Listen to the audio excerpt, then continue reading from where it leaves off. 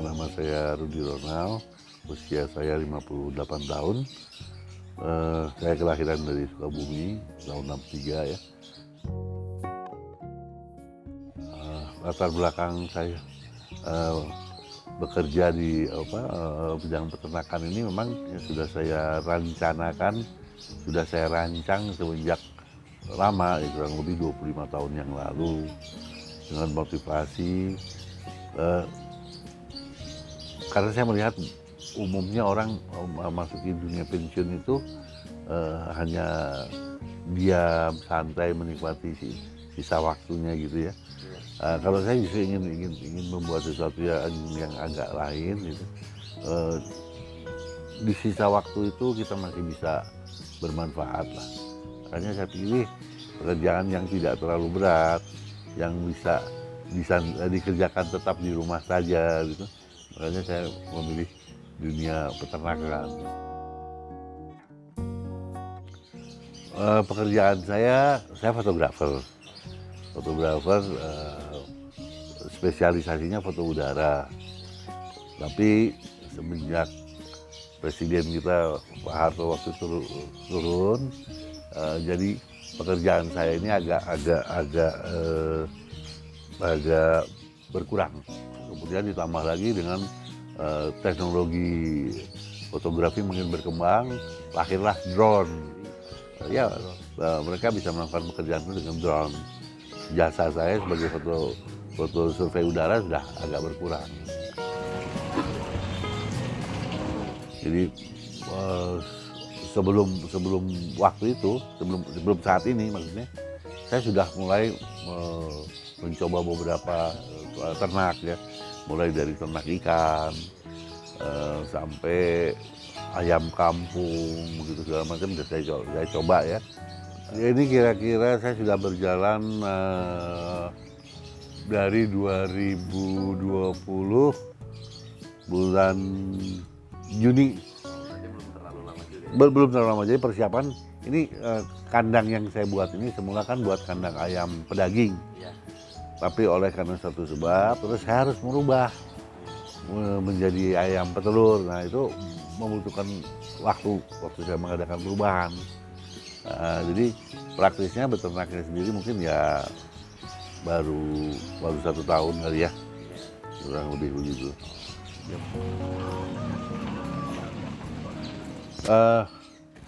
Kalau keuntungan sih kalau secara hitung-hitungan ya, mungkin kita belum signifikan lah. Jadi ayam selama beberapa bulan tuh cuma bisa menghasilkan 2 peti aja kan. Sebetulnya dari populasi yang 1.500 ini harusnya sudah meningkat. Nah ketika saya mulai bikin perubahan, ya mulai bertambah. Ya sampai hari ini sehari saya bisa dapat sekitar 5 peti lah.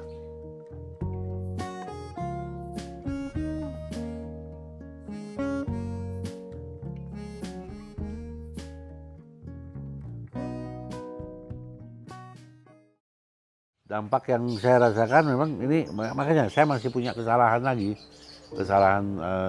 cara berternak yang keliru gitu ya, sehingga membuat dampak bau yang kurang sedap, terus lalat yang banyak. Itulah kalau kita beternak yang tidak mengikuti cara yang semestinya, cara-cara yang benar gitu ya. Ya, mungkin ada dampak-dampak seperti itu.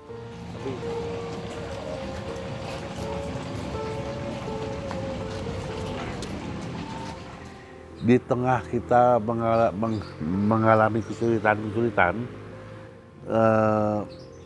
kita punya katakanlah satu kerinduan.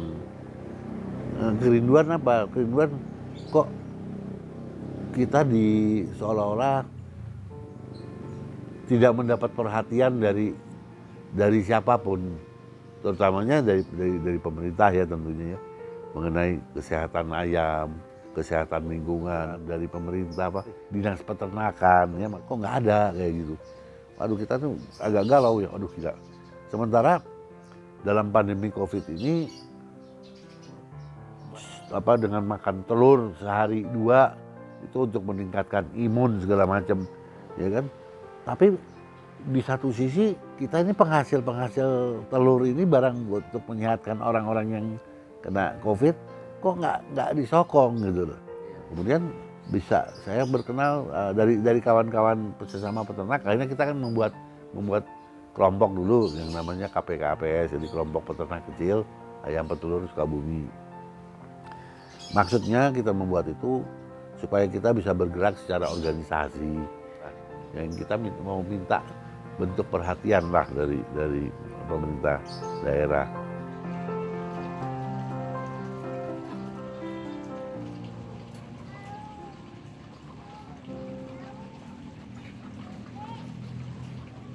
Nah, ketemulah dengan ada sekelompok anak muda yang menamakan dirinya Farmel. Nah, akhirnya kita ketemu dan saya dikenalkan, dibawa ke sini. Saya sangat memberikan apresiasi ya, ada sekelompok anak muda yang mau terjun ke membantu ya, bukan terjun langsung ke peternakan, tapi membantu para peternak. Farmel ini bisa terus eksis, ya, terus berkembang, terus bisa lebih banyak lagi membantu. Saya menghargai kenapa bentuk visi dan misinya yang luar biasa, yang ingin membantu peternak Sukabumi ini. Iya, hambatan-hambatan dan kesulitan kita ingin mereka perjuangkan gitu. Sudah ada beberapa kasus yang coba mereka bantu, namun memang belum tepat sasaran, sehingga kita harus balik lagi. Tapi saya percaya teman-teman muda ini mereka tidak diam sampai di situ, tidak stuck. Mereka terus masih mau mencari terobosan baru ya, untuk bertujuan untuk membantu peternak kecil tadi. Yang saya bilang sangat krusial di dunia peternakan itu adalah sektor pakan.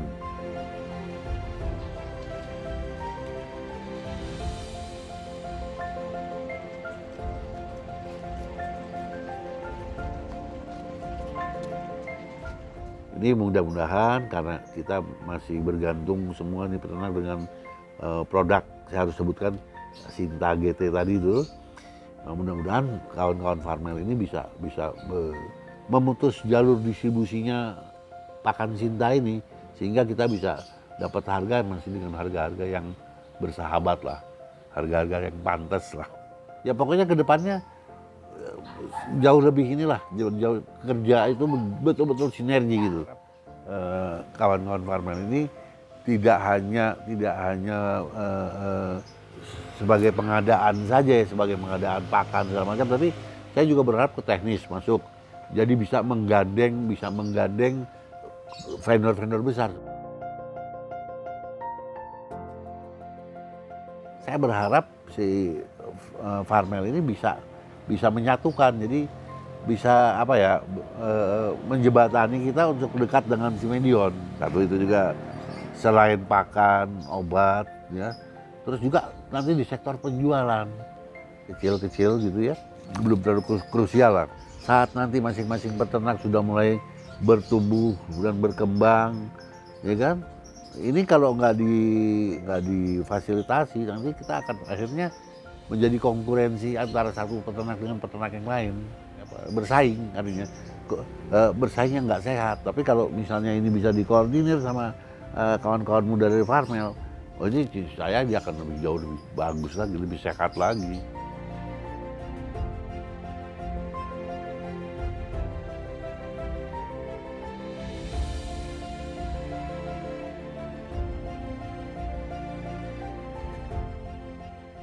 Saat ini ya pastilah bahagia lah, bahagia.